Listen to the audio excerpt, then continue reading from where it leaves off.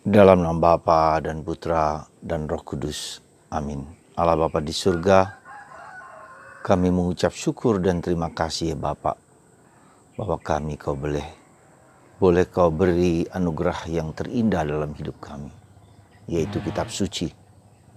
Semoga pada bulan kitab suci nasional bulan September ini, kami umat-Mu paling tidak membuka, membaca, dan merenungkan kitab suci, sehingga kami dapat berjumpa dengan Engkau dalam kehidupan kami sehari-hari, dalam pengalaman kami sehari-hari, dalam situasi kami sehari-hari, menerangi, mencerahkan, membuka mata kami, supaya kami semua semakin mengerti, memahami Engkau.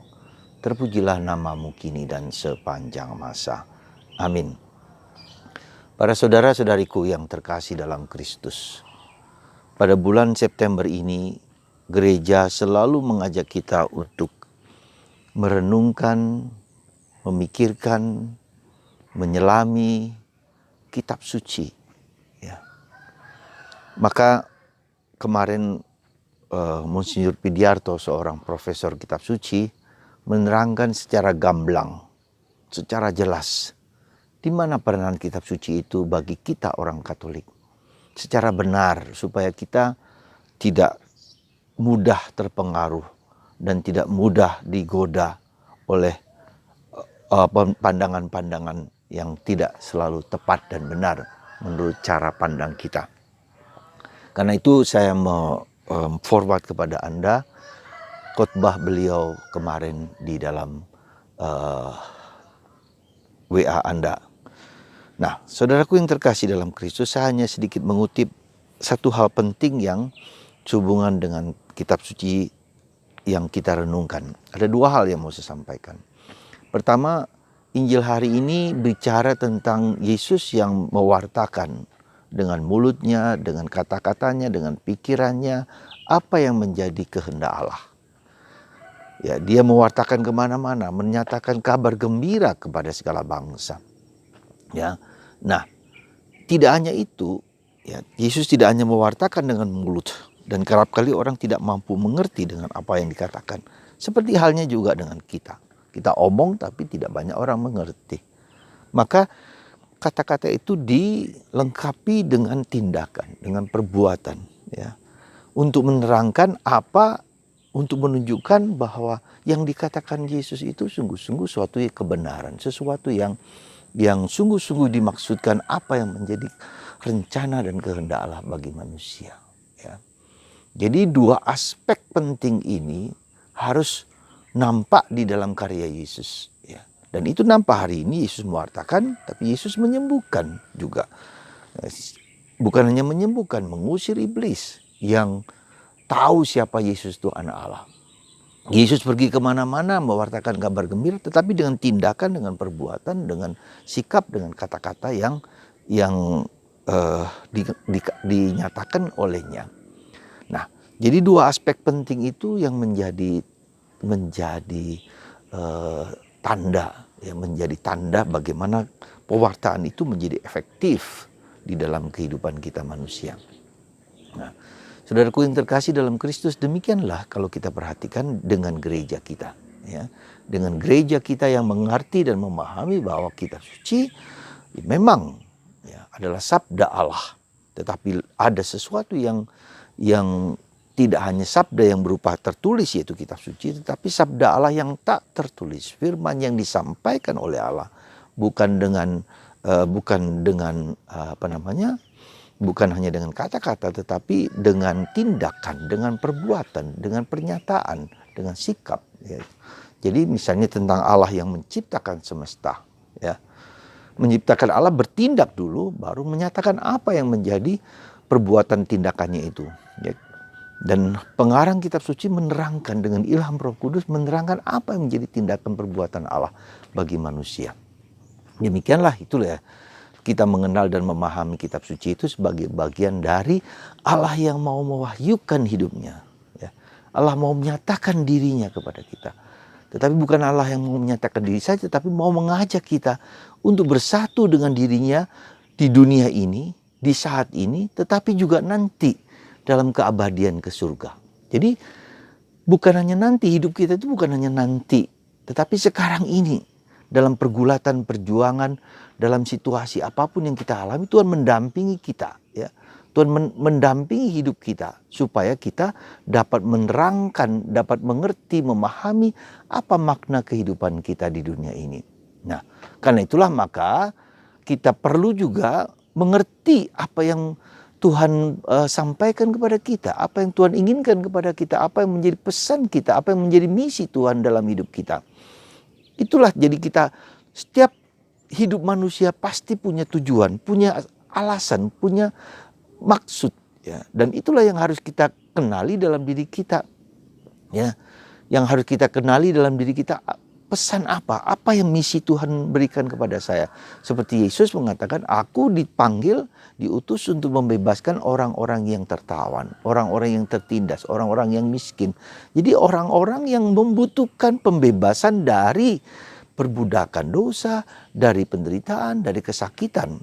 Nah, jadi dengan kata lain, kalau kita lihat bahwa hidup kita itu bukan hanya kalau kita sakit misalnya, kita tidak hanya mau disembuhkan, tetapi mungkin sakit itu menjadi rahmat bagi kita untuk masuk ke dalam suatu nilai yang lebih tinggi, yaitu Allah sendiri. Ya, supaya kita berjumpa, supaya iman kita tumbuh, supaya kita dikuatkan, supaya kita memiliki keyakinan mendalam akan Kristus, memiliki kekuatan di dalam iman tersebut. Nah, itulah saudaraku yang terkasih, pentingnya sabda dalam hidup kita. Ya, jadi saya tidak akan berpanjang lebar karena ketika Anda mendengarkan khotbah Romo Pidiarto, Monsinyur Pidiarto Uskup Malang, kita harus mengerti sekarang, mulai saat ini. Anda dan saya, kita semua wajib membaca kitab suci.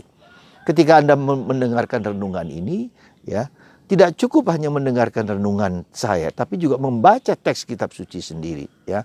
Membaca bacaan kitab suci supaya Anda mengalami sendiri kata-kata Yesus yang sungguh mengena dalam diri kita. Misalnya tadi dalam bacaan Injil hari ini, Yesus mengatakan, Yesus menumpangkan tangan masing-masing satu persatu dan mereka sembuh. Ya. Jadi Yesus menumpangkan tangan satu persatu. Dan ini bagi saya, oh iya, ternyata menumpangkan tangan satu persatu. Tidak hanya secara umum, tetapi menumpangkan tangan satu persatu. Ya, sehingga mereka sembuh.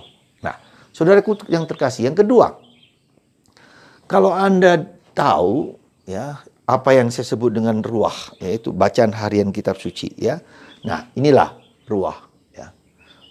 Ruah itu adalah artinya roh Allah, ya.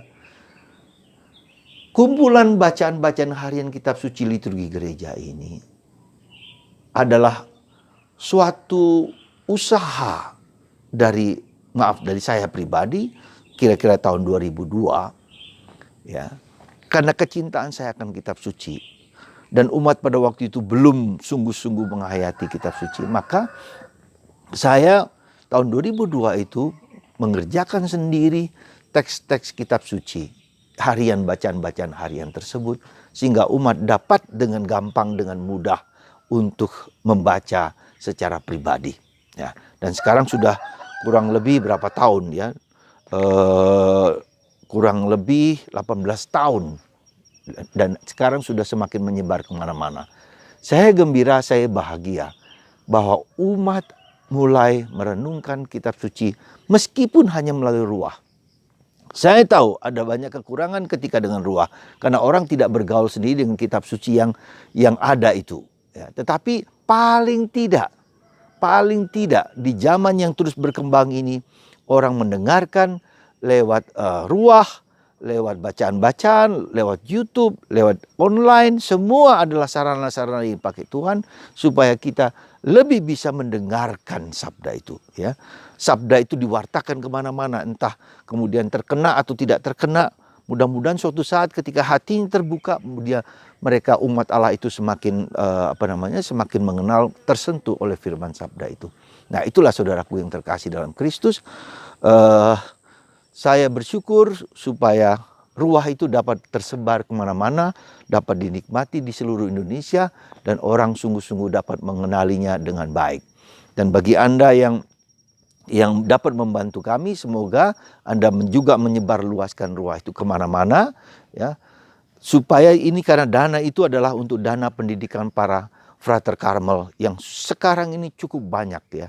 Ada di Flores, ada di Sumatera, ada di Jawa, dan kurang lebih ada secara keseluruhan kita kurang lebih ada 75 frater ya, yang membutuhkan makanan, membutuhkan pendidikan, membutuhkan biaya pendidikan yang tidak ringan. Ya, sehingga kalau frater itu menjadi pastor itu kurang lebih membutuhkan dana sebanyak 2M ya, selama pendidikan 8-9 tahun ya. Jadi dan itu adalah gratis untuk mereka. Jadi Anda bayangkan betapa besar biaya pendidikan untuk para frater yang menjadi pastor. Dan kebanyakan berapa persen yang jadi? Kurang lebih hanya 30%. Jadi kalau misalnya jumlahnya 10, jadi 3 itu sudah bagus ya. Karena di zaman yang sekarang ini bukanlah yang mudah untuk menjadi pastor. Jadi tidak mudah karena mereka juga membutuhkan godaan-godaan, tantangan-tantangan yang tidak mudah di kehidupan sehari-hari. Jadi sekali lagi para saudara, dua hal itu penting. Mulai sekarang Anda membaca kitab suci ya. Apapun juga dorongan paksa sedikit ya, paksa sedikit ya, supaya Anda juga memiliki suatu kehendak sebentar, meskipun seringkali ngantuk, terkantuk-kantuk, tapi tidak apa. Seandainya Anda tidak mengerti, tidak apa-apa. Mohon Roh Kudus supaya Roh Kudus membuka mata hati Anda. Nah, ketiga, satu hal penting dari membaca kitab suci, ruah, dan kemudian waktu hening. Coba perhatikan Yesus. Ketika Yesus bekerja, mewartakan kabar gembira, menyembuhkan, bertindak juga, tetapi dia juga meluangkan waktu untuk hening, untuk diam. Hening itu penting sekali untuk meresapkan sabda itu masuk dalam diri kita, untuk mengerti siapa diri kita sesungguhnya, untuk mengerti karya Tuhan dalam diri kita ya. Kenapa seringkali kita merasa bahwa Tuhan itu tidak bertindak, tidak bekerja untuk diri kita? Karena seringkali kita tidak tahu, tidak hening, tidak diam untuk mendengarkan, untuk meresapi, untuk menyelami karya Tuhan dalam diri kita. Padahal kalau Anda perhatikan kurang lebih setahun ini saja apa yang Tuhan telah berikan kepada kita, atau masa pandemi ini saja, betapa luar biasanya Tuhan pendampingan dalam diri kita. Dan itulah, maka baiklah paksa sedikit. Saya mengatakan, mengapa saya katakan paksa sedikit? 15 menit setiap hari, setiap malam untuk duduk diam dengan di depan salib, di depan patung Bunda Maria, dengan lilin bernyala, duduk di sana dan melihat karya Tuhan dalam diri kita. Luar biasa, luar biasa. Tuhan mencintai Anda dan mencintai kita lewat gerejanya, lewat kitab sucinya, lewat para imam, para pastor, para suster, umat Allah, anggota gereja yang lain, ketua lingkungan, dan seterusnya. Suatu sinergi yang luar biasa di dalam gereja. Sekali lagi, semoga pada bulan September ini semua umat hatinya tergerak untuk membaca dan merenungkan sabda Allah. Semoga Tuhan mengilhami Anda, menggerakkan Anda untuk terus-menerus bergaul dengan kitab suci. Saudara, gambar yang saya ambil ini adalah gambar di Biara Karmel Bumi Aji Batu ya. Tempat ini adalah tempat yang rencananya menjadi tempat pembinaan untuk para romo-romo, frater, dan semua umat Allah ya. Tetapi belum selesai juga. Tempatnya akan sangat indah sekali dan membutuhkan juga suatu perjuangan karena sampai sekarang belum bisa mendapatkan izin dari pihak pemerintah daerah.